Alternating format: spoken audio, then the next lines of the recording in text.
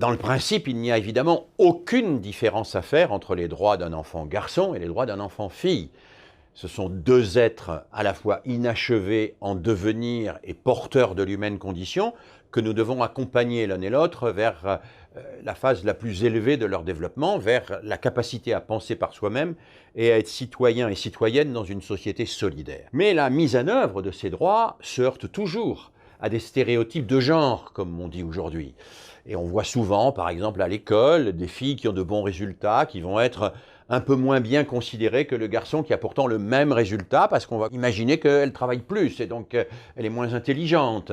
On voit parfois dans des décisions d'orientation des jeunes filles qui sont orientées vers des professions considérées comme féminines au détriment de professions qui les amèneraient à plus de responsabilités institutionnelles. C'est évidemment un enjeu fort de la mise en œuvre des droits de l'enfant que d'aider les professionnels et les enfants eux-mêmes à s'émanciper de ces stéréotypes. Ce n'est pas parce qu'on est une fille qu'on est condamné à être infirmière et un garçon qu'on est condamné d'être chauffeur poids lourd. Ce n'est pas parce qu'on est une fille qu'on est condamné à être un cadre intermédiaire et un garçon qu'on est appelé à être membre de la haute administration. Il n'y a pas de prédisposition genrée aux différents métiers et c'est un vrai combat que de le montrer aujourd'hui aux enfants. Chaque enfant doit pouvoir être regardé comme porteur de tous les possibles. Nous devons faire vis-à-vis de lui ce pari de son éducabilité. Nous devons lui ouvrir ses horizons pour qu'il ne reste pas enfermé dans ce qu'il croit faisable, mais qu'il découvre qu'il peut faire infiniment plus que ce qu'il pensait. Et c'est un des grands enjeux des droits de l'enfant aujourd'hui, que les enfants eux-mêmes s'approprient ces droits, non pas pour faire des caprices et dire j'ai droit à ceci, je veux cela, mais pour comprendre que l'exercice collectif de leurs droits de l'enfant est structurant d'une société plus solidaire et plus juste.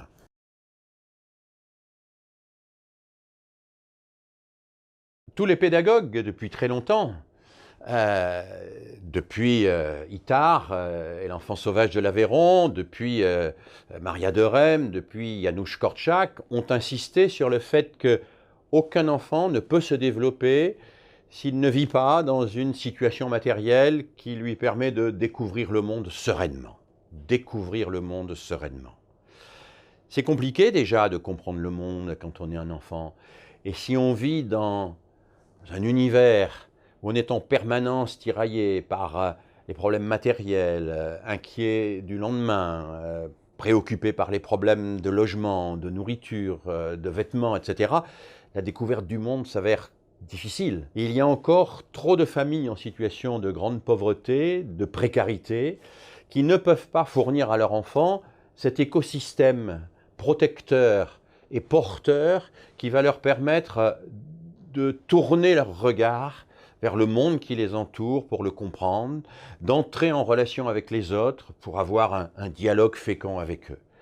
Et je crois que nous ne sommes jamais assez attentifs à ces conditions matérielles du développement de l'enfant, conditions matérielles en termes de logement, en termes de nutrition, en termes de santé, conditions matérielles aussi en termes de temporalité. Nous bousculons beaucoup trop les enfants et en particulier nous les soumettons souvent à un rythme qui n'est pas le leur, à un rythme qui ne leur permet pas de réfléchir, de penser, de regarder, d'admirer, de découvrir. Ralentissons de temps en temps, décélérons de temps en temps, débranchons-nous, nous autres adultes de temps en temps. Les enfants ont besoin de temps. On ne fait pas pousser une fleur en tirant sur la tige, disent les Chinois. Eh bien, on ne fait pas grandir un enfant en accélérant le monde autour de lui. Il faut au contraire pacifier les choses pour lui permettre de se développer.